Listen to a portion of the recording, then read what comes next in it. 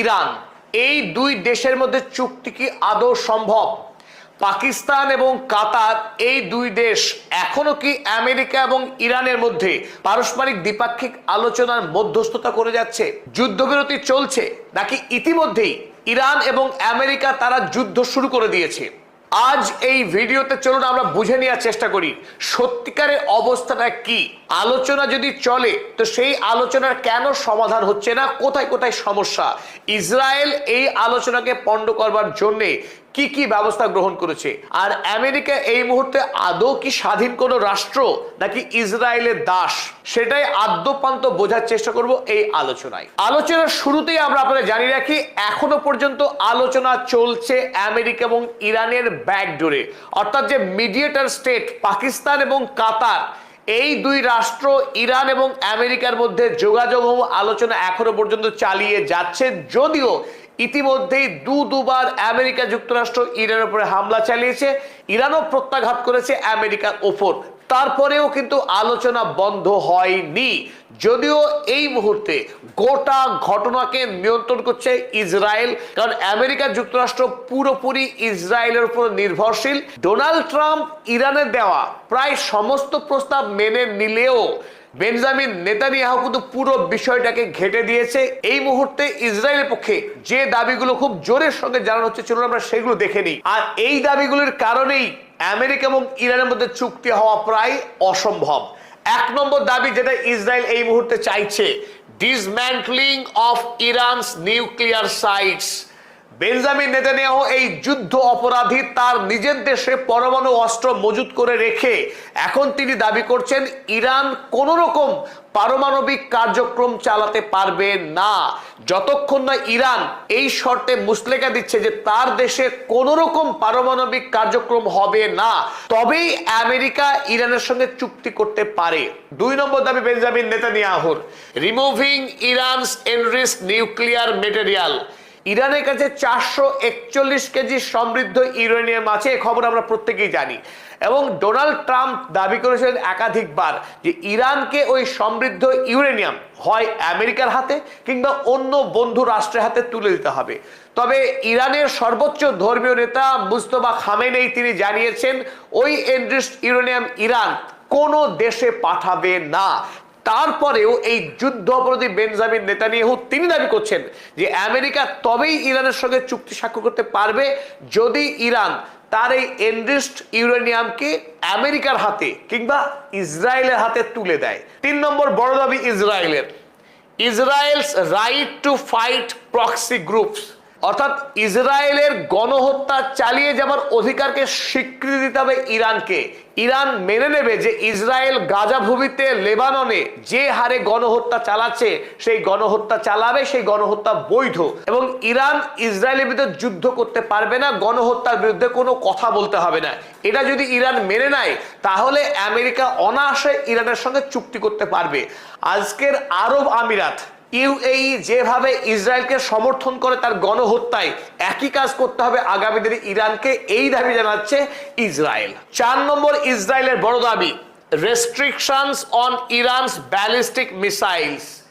Iran ইতিমধ্যেই দূরপাল্লার শক্তিশালী যে ব্যালিস্টিক মিসাইল তৈরি করেছে, যে মিসাইল দিয়ে তেল আবিব শহরকে গুড়িয়ে দিয়েছে 40 দিনের যুদ্ধে ইরান, তাই ইসরায়েলের দাবি আগামী দিনে ইরান দূরপাল্লার ব্যালিস্টিক মিসাইল তৈরি করতে পারবে না, যাতে করে ইসরায়েল নিরাপদ থাকতে পারে এবং তারা অনায়াসে গণহত্যা চালাতে পারে মধ্যপ্রাচ্যে, এই দাবি ইসরায়েলের। ফলে আমেরিকা যুক্তরাষ্ট্র স্ট্রেট অফ হরমুজ খোলা দাবি নিয়ে এতদিন ইরানের সঙ্গে যে আলোচনা করছিল সেই আলোচনার পুরো মোড় ঘুরিয়ে দিয়েছে ইসরায়েল। ইসরায়েল গোটা আলোচনাকে পণ্ড করে দিয়েছে। ডোনাল্ড ট্রাম্পের কান ধরে টান দিচ্ছে বেঞ্জামিন নেতানিয়াহু। এই চার শর্ত যদি ইরান পূরণ না করে আমেরিকাকে ইরানের সঙ্গে চুক্তি করতে দেবে না ইসরায়েল। আমেরিকা এই মুহূর্তে কি চাইছে?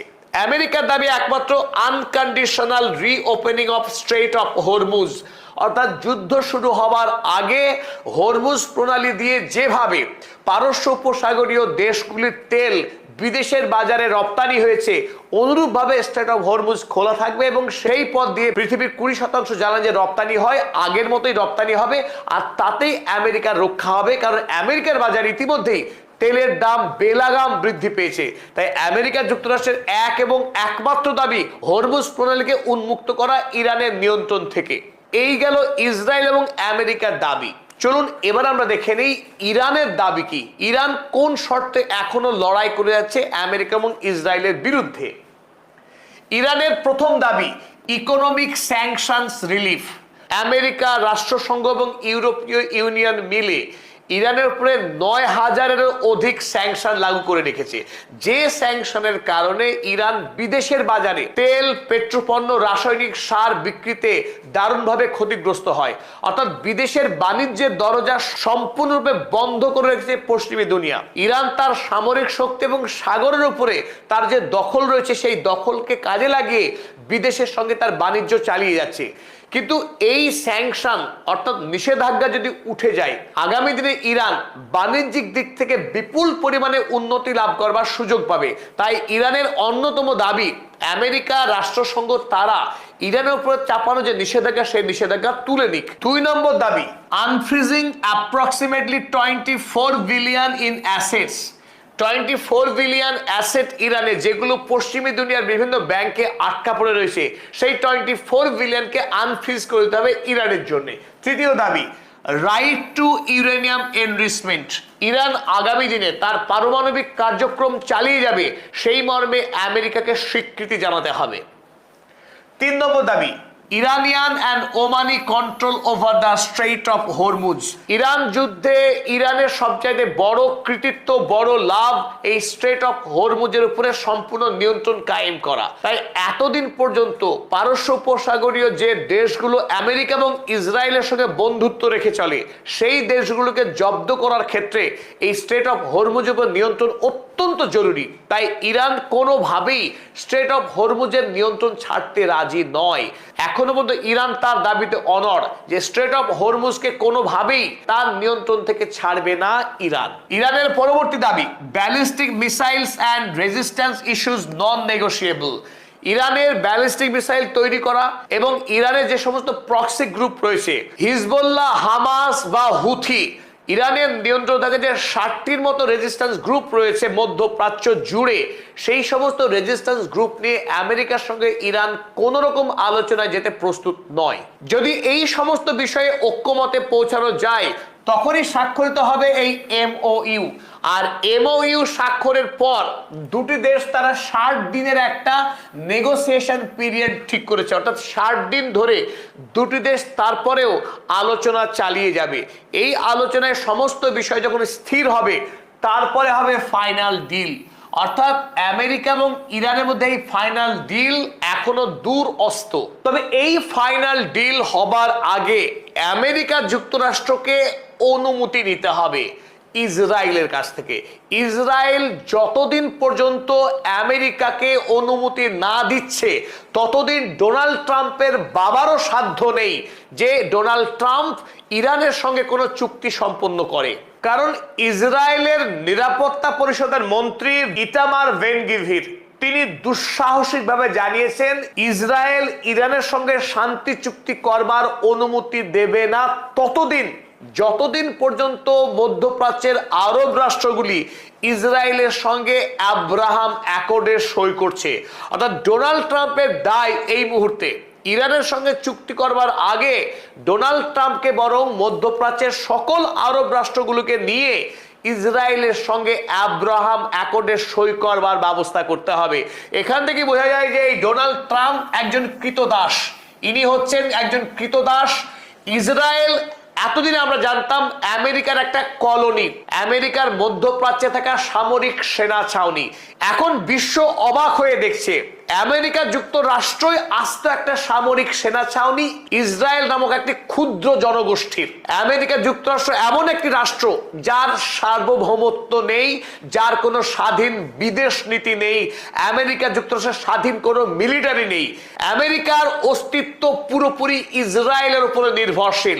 সুতরাং দুর্ভাগ্য আমেরিকা যুক্তরাষ্ট্রবাসীর।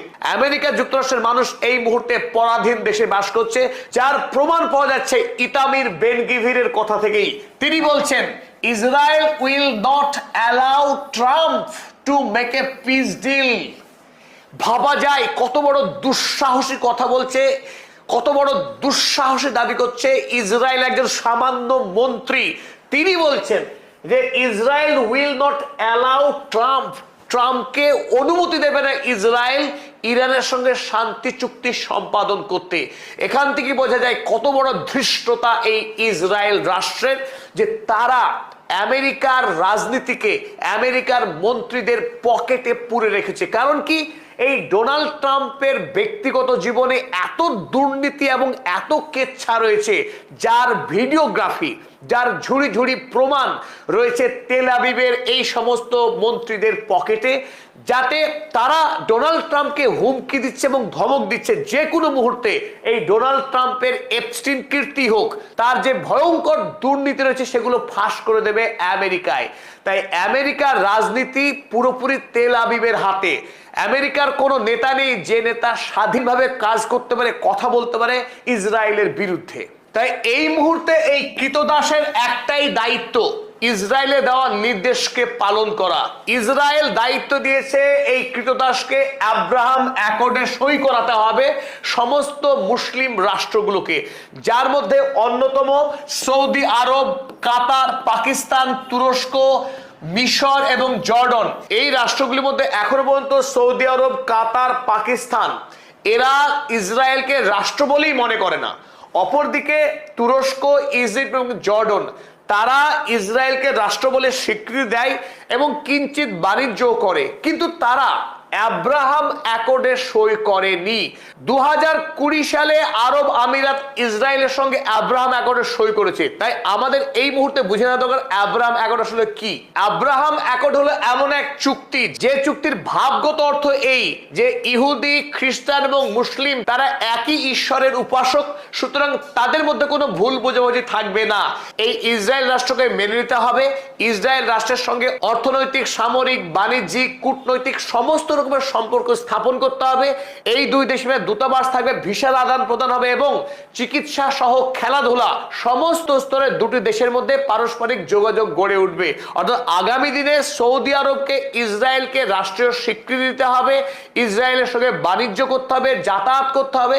যেভাবে আরব আমিরাত জায়নবাদকে প্রচার এবং প্রসার করছে, আগামী দিনে সৌদি আরব, কাতার, পাকিস্তানের মতো রাষ্ট্রকেও ইসরায়েলের জায়নবাদকে মেনে নিয়ে ইসরায়েলের হয়ে কাজ করতে হবে, এই দাবি জানাচ্ছে ডোনাল্ড ট্রাম্প। তবে সৌদি আরব, কাতার বা পাকিস্তান তারা কেউই গাজা এবং লেবাননের লাশের উপরে দাঁড়িয়ে ডোনাল্ড ট্রাম্প বা যুদ্ধ অপরাধী বেঞ্জামিন নেতানিয়াহুর এই দাবিকে তারা ঘৃণা ভরে লাথি মেরে প্রত্যাখ্যান করেছে। ডোনাল্ড ট্রাম্পের দাবিকে ইতিমধ্যে অস্বীকার করেছে সৌদি আরব, অস্বীকার করেছে পাকিস্তান। তারা জানিয়েছে এতদিন ধরে তারা যেভাবে ইসরায়েলকে ঘৃণা করে এসছে তাকে রাষ্ট্র বলে মানেনি। আগামী দিনেও কোনোভাবেই সৌদি আরব কিংবা পাকিস্তান তারা কোনোভাবেই ইসরায়েলকে রাষ্ট্রীয় স্বীকৃতিও দেবে না, তার সঙ্গে কোনো চুক্তিও করবে না। তাই আব্রাহাম অ্যাকর্ডকে সই করানোর যে স্বপ্ন দেখছে নেতানিয়াহু কিংবা ট্রাম্প, তা আদৌ কোনোদিন বাস্তব হবে না। ওদিকে ইরানও সামরিকভাবে শক্তিশালী হয়ে ইসরায়েল এবং আমেরিকার মধ্যে লড়াই করবার জন্য প্রস্তুত হচ্ছে।